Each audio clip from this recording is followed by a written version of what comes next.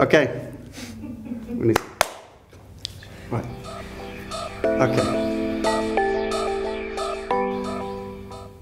Coming up, we're looking at Publicis Group's reorganization. We're looking at some new ad spend forecasting for 2016, and we're looking at a very interesting Financial Times reader survey.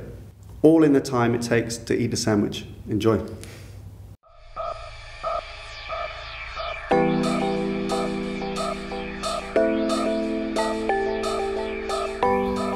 Hello and welcome to IDCom's Media Snack, episode 4. This week we're talking about Publicis Group's massive news that they're going through a total restructure. There's some really interesting ad spend data. That's right. 2 of the big advertising networks have come to the market with new forecasts for 2016, which are very bullish. Good.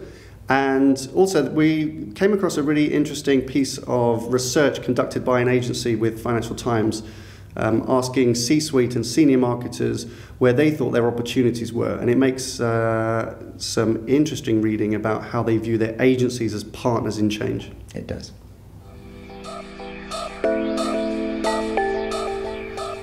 Okay, first up, so this week, some massive news. Publicis Group, one of the largest conglomerate marketing services groups, announced that they were going to entirely reorganize their whole operation.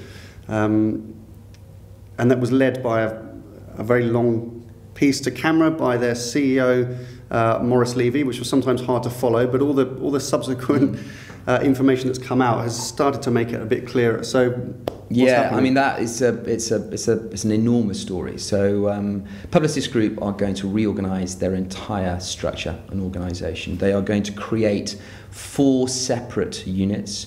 Publicis Communications, which is going to house all of their creative agencies. Publicis Media, which is going to contain all of their media agencies, led by Steve King of Media. The King of Media, very good. According to the video. And the third group will be Publicis Sapient, which will contain all of their digital operations, and then Publicis Healthcare, which are going to continue to do all of the healthcare marketing. So the ambition of the restructuring, I think, is really sound. It is to put the client at the heart of their entire organisation.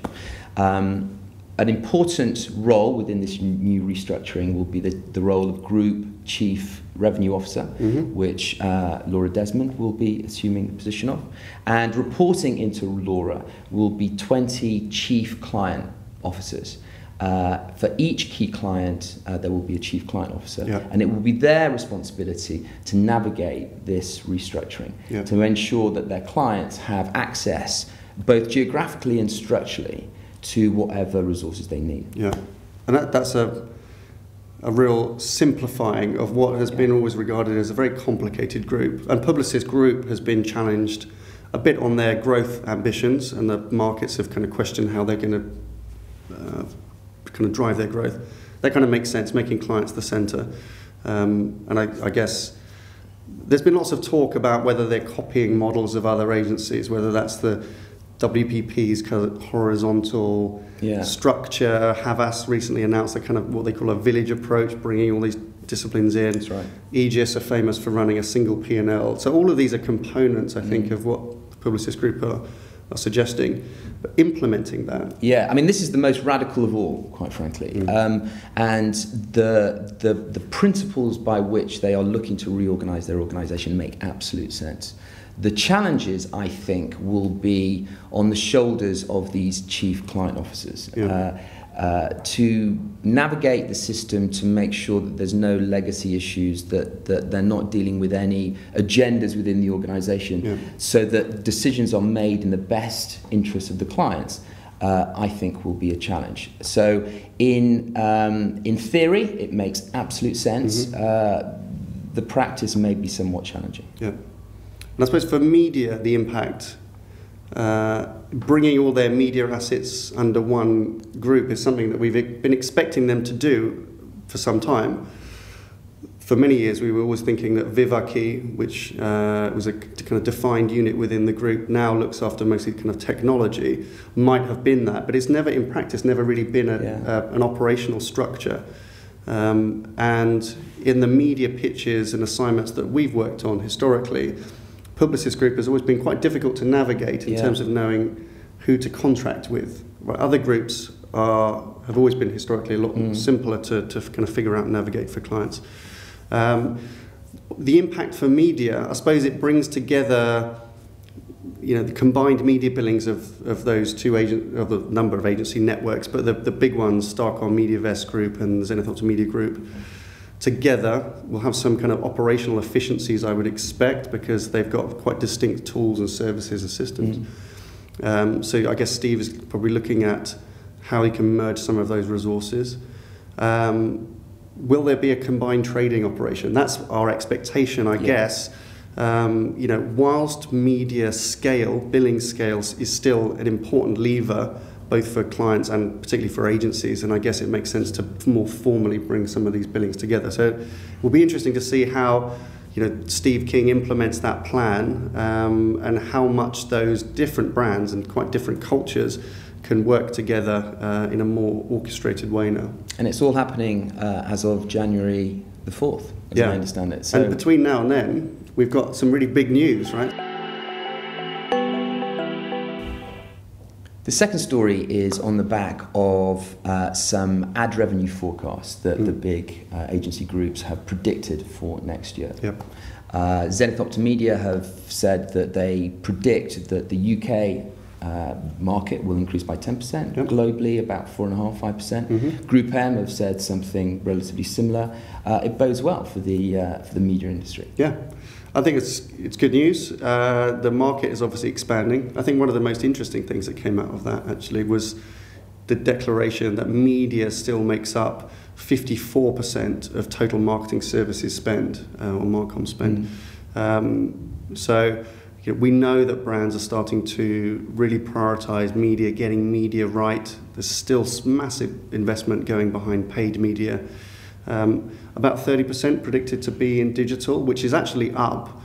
We've heard, you might have seen in a previous episode, we've heard some brands concerned about ad blocking, concerned about transparency, the way that they're going to market programmatic, maybe thinking of scaling down the digital spend. But the agencies are predicting that that's actually going to go up.